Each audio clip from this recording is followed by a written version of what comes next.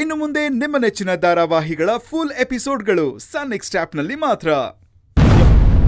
ಅಕ್ಕ, ಏನೇನೋ ಮಾತಾಡ್ತಿದ್ಯಾ?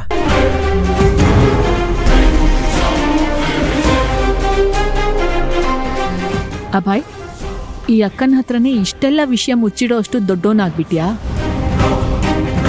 ನನ್ನ ಹತ್ರನೂ ನಿಂಗೆ ನಿಜ ಹೇಳ್ಬೇಕು ಅಂತಾನೆ ಅನಿಸ್ತಿಲ್ವಾ?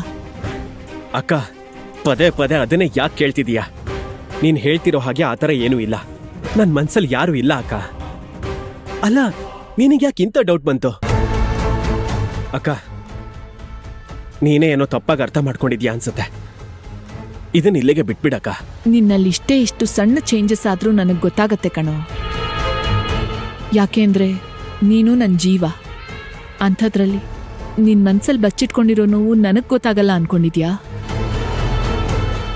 ಈಗ ಸುಳ್ಳನ್ನೇ ಸತ್ಯ ಅಂತ ನನ್ನ ಹತ್ರ ವಾದ ಮಾಡ್ಬೇಡ ನೀನು. ನೋಡು, ನಿಜವಾಗ್ಲೂ ಈ ಅಕ್ಕನ ಮೇಲೆ ನಿನಗ್ ಪ್ರೀತಿ ಅನ್ನೋದಿದ್ರೆ ನಿನ್ ಮನ್ಸಲ್ಲಿ ಕೊರಿತಾ ಇರೋ ಆ ವಿಷಯ ಏನು ಅಂತ ಹೇಳು. ಯಾಕಕ್ಕ ಇಷ್ಟೊಂದು ಹಠ ಮಾಡ್ತಿದ್ಯಾ? ನಾನು ಆಗ್ಲೇ ಹೇಳದ್ನಲ್ಲ, ನನ್ ಮನ್ಸಲ್ಲಿ ಏನೂ ಇಲ್ಲ. ನೀನ್ 1000 ಸಲ ಕೇಳಿದ್ರು ನಂದಿದೆ ಉತ್ತರ. ನಿನ್ಗೆ ಹೀಗೆಲ್ಲ ಕೇಳಿದ್ರೆ ಅರ್ಥ ಆಗಲ್ಲ. ನನ್ ಮೇಲೆ ಆಣೆ ಮಾಡಿ ಹೇಳು, ನೀನ್ ಹಳ್ಳಿಗೆ ಹೋದಾಗ ಪ್ರೀತಿ ಮಾಡಿದ್ದು ಗಂಗೆನೋ ಗೌರಿನೋ?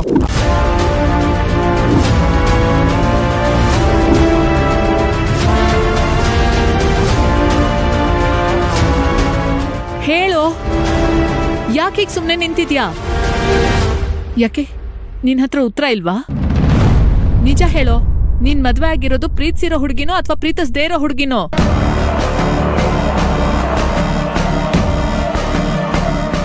ನನಗೆ ಉತ್ತರ ಬೇಕು ಅಭಯ್.